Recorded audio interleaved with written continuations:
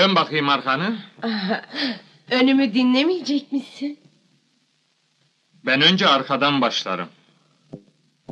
Soymayacak mısın? Böyle yani.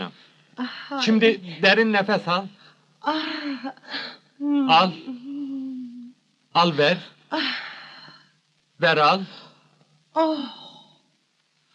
Şimdi öksür. Bir daha. Öyle kibar değil. İnsan gibi öksür. Çüş. O kadar da demedik. Teşekkür ederim. Bir şey değil. Şimdi dön. Önüne sıra geldi. Dinle, kalbimi dinle.